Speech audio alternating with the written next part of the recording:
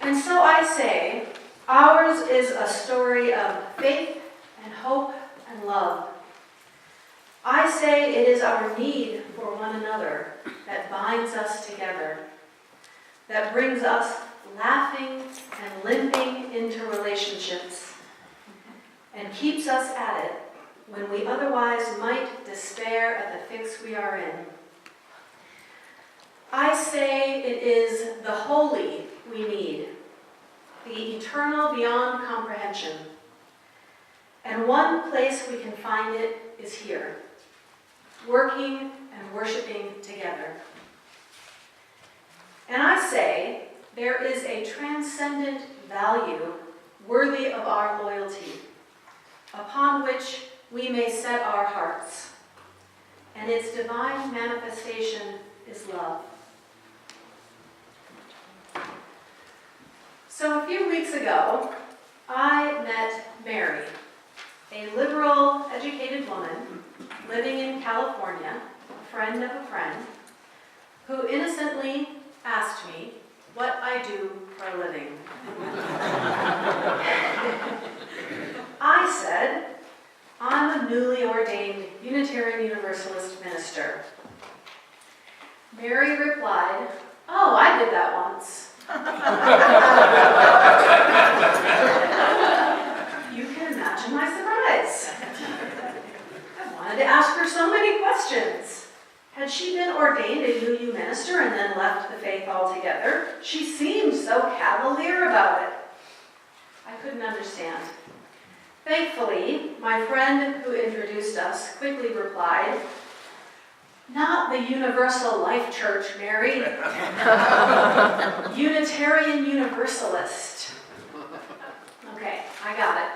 Mary thought I meant that I went online and got ordained as an internet minister. Apparently she did that once. This is what Jared Kushner meant too when he told a journalist recently that he was an ordained Unitarian minister. No, Jared, just no. But it begs the question. From the liberal California suburbs to the conservative White House, apparently there is a huge misunderstanding about Unitarian Universalism. People either confuse us with the Universal Life Church, which is a website where you can buy a certificate to legally perform weddings, or they haven't heard of us at all. Some of us in this room have been UUs for a long while, and some of us are new to Unitarian Universalism, but we all have a varying grasp on what it is we're doing here, what this faith is all about, and how it came to be. Some of us may never even have heard of Unitarian Universalism until we heard from a friend about this funny liberal congregation tucked away in the trees in Kitsap County. What are those people up to anyway? Are they Christian, humanist? What do they believe? I know that for a long time, when I was a member of Cedars on Bainbridge Island, I hadn't been to but one other UU church. I sometimes called myself a Cedars-atarian because I didn't really feel connected to the larger faith. But once I started to learn about our history, I realized what we have inherited and what our ancestors have passed down to us. Some of my absolute favorite people in history were UUs, or rather, U's and U's. For instance, when I was in high school, I was a literary-minded young woman obsessed with Ralph Waldo Emerson, and it was his essay, Self-Reliance, that spoke deeply to me at a time when I was trying to figure out how I was going to grow up and assert my independence and know my own mind. And I've changed the gendered language in the Emerson quote I'm about to give you to make it more accessible. He wrote, "Whoso would be a whole person must be nonconformist. They who would gather immortal palms must not be hindered by the name of goodness, but must explore be goodness. Nothing is at last sacred but the integrity of your own mind. Absolve you to yourself, and you shall have the suffrage of the world. It was this essay that allowed me to begin to question what I had been taught by my parents, to leave the faith of my childhood and trust my own spiritual and intellectual journey. It's funny, at the time I didn't know that Ralph Waldo Emerson was a Unitarian minister, that the philosophy Transcendentalism, which as a literary student I loved, was part of a larger faith movement. A faith movement whose origins were knit into the very origins of this country. For instance, Elizabeth Palmer Peabody, a Unitarian from Boston, opened the first English language kindergarten in the United States and changed our educational system forever. Louisa May Alcott showed us what it was like to grow up a Unitarian in 19th century Massachusetts. Clara Barton started the Red Cross. Olympia Brown was the first American woman to graduate from theological school and be ordained as a minister. Thomas Jefferson, who you know, one of our more flawed ancestors, as well as another former president, John Adams, were both Unitarians. The list of bold and complicated people, original thinkers, independently minded, sometimes deeply flawed, but always with a powerful vision, goes on and on. How the heck does Jared Kushner not know who we are?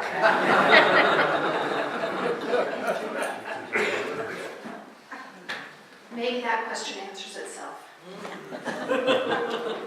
Let's start with a better question. Do we know who we are? You could say that Englishman Joseph Priestley brought Unitarianism to the U.S. and that Englishman John Murray brought Universalism, or rather that he was miraculously compelled to, as we heard earlier.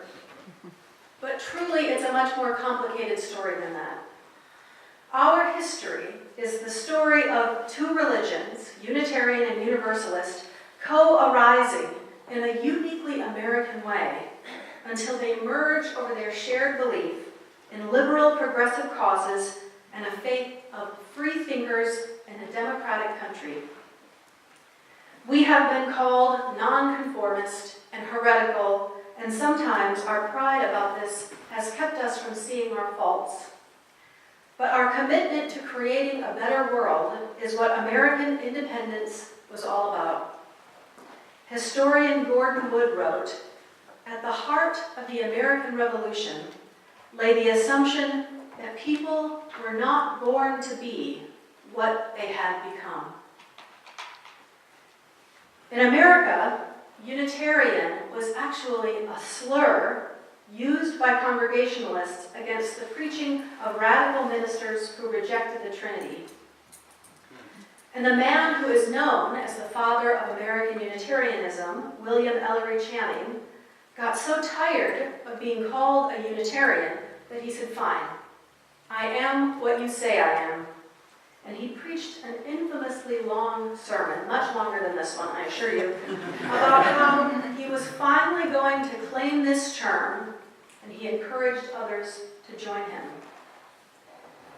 Egbert Ethelred Brown. Now that's a name I hope you don't forget. Egbert Ethelred Brown was one of those who heard the call. A black Unitarian from Jamaica who came to the United States with a dream of becoming a Unitarian minister. So you see, our story of American originals, of course, includes the story of immigration. Egbert Ethelred Brown was the minister at Harlem Unitarian Church in New York for 35 years. And regarding Universalism, despite the wonderful John Murray miracle we heard about earlier, it actually arose simultaneously in several different places at once. Hosea Ballou was one of our early ancestors. He was known as an ultra-universalist, which is to say that he believed that everyone goes to heaven when they die, no matter what. And he called this Death and Glory Universalism.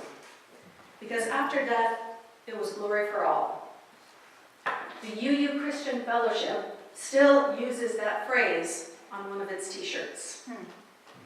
The critique, of course, of death and glory is that some people have committed such horrible atrocities and gotten away with it. It doesn't make sense. There has to be some sort of eternal punishment in the end.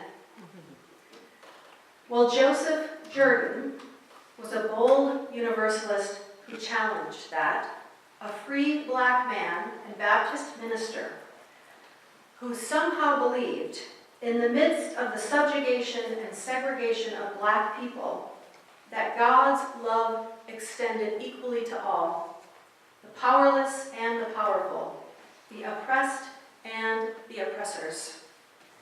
He couldn't preach this message in his Baptist church, so he became the first black man ordained as a Universalist minister. One of Hosea Ballou's protege, Abner Neeland, also wrestled with the idea of death and glory universalism.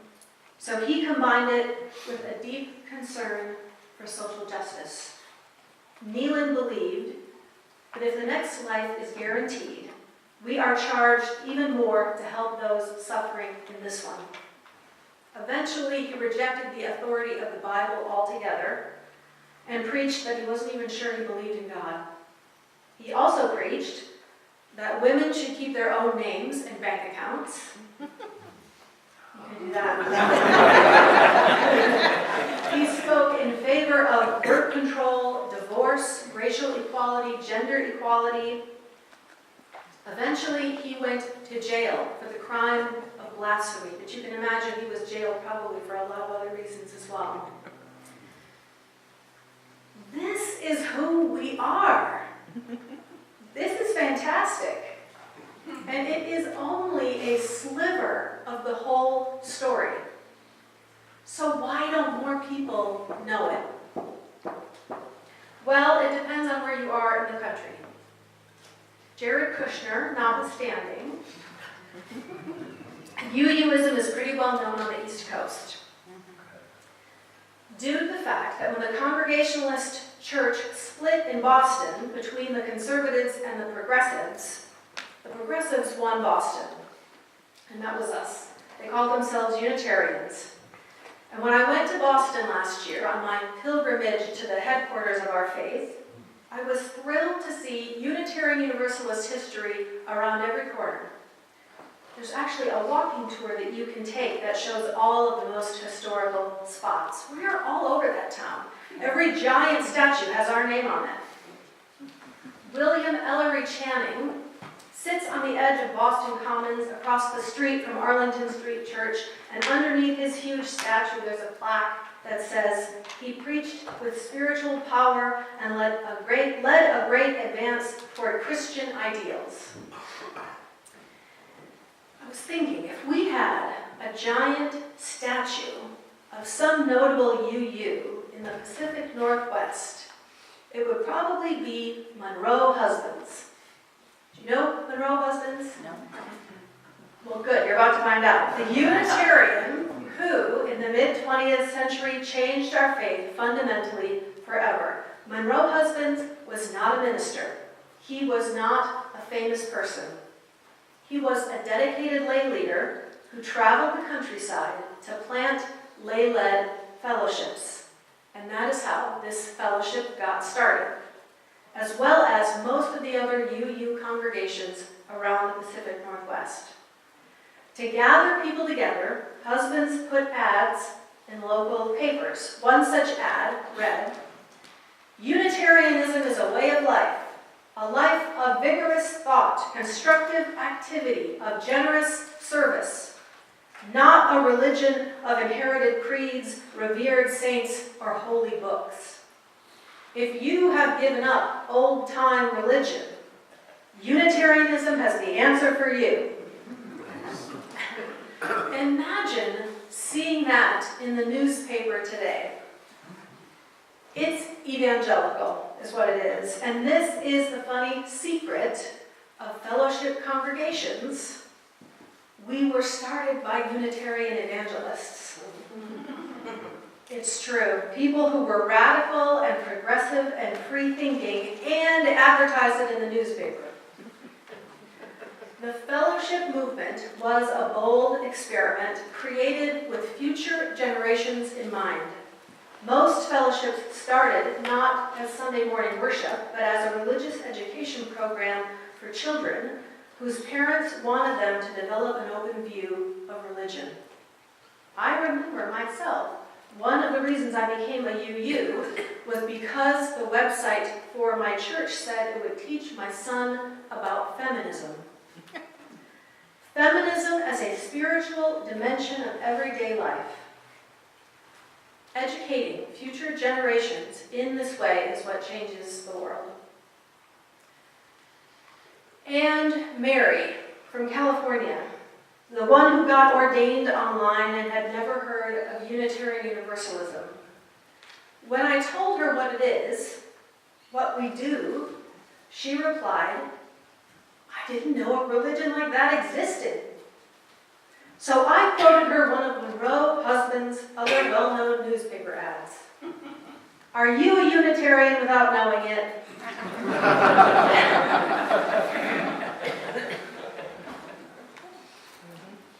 Our UU ancestors were truly radical people. From our origins in Boston, Egbert Ethelred Brown and Abner Neeland, to humanist evangelical Monroe Husbands. And there are so many people that I have not mentioned. We were there when the NAACP was founded. We were there when the Humanist Manifesto was signed. We were there when the first same-sex marriage ceremony was performed. And you may know about how we went down to Selma, but do you know about the Black empowerment controversy? One of the most heartbreaking moments in our history when Black UUs walked out of our annual General Assembly because our systems, built during the American Revolution, are of course necessarily imperialist and white supremacist, and do not naturally take into account the experiences of people of color and indigenous people. This is the history we need to know to remind ourselves who we are and to make sure we don't repeat our mistakes. After the service and potluck today, we're going to spend an hour talking about the book that inspired this sermon, Unitarians and Universalists in America, A People's History by John Buehren, who's one of our former UUA presidents. And I invite you to stay after and join us in the admin building across the breezeway. Bring your questions. I'm not a historian, so I have my limitations, but I've read the book and I have opinions. That's all that counts, really. And I like to think of us, a fellowship congregation, as the evangelical arm of our movement. That to all the Jareds out there who've never heard of us, and the Marys who might be Unitarians without knowing it, we have something unique to offer. Something the world desperately needs right now. At the very least, we have a willingness to experiment, to examine our own systems, the ones that came out of the early days of America, and do it differently. To be both independent and interdependent in community. To call ourselves, one another, and the world to Abner Neeland's version of a faith where we are both inherently worthy and called to do better. Our ancestors inspire us, and the generations to come call us forward to carry on the tradition of being proud American originals, eager to move humanity toward more justice, more love, more equality.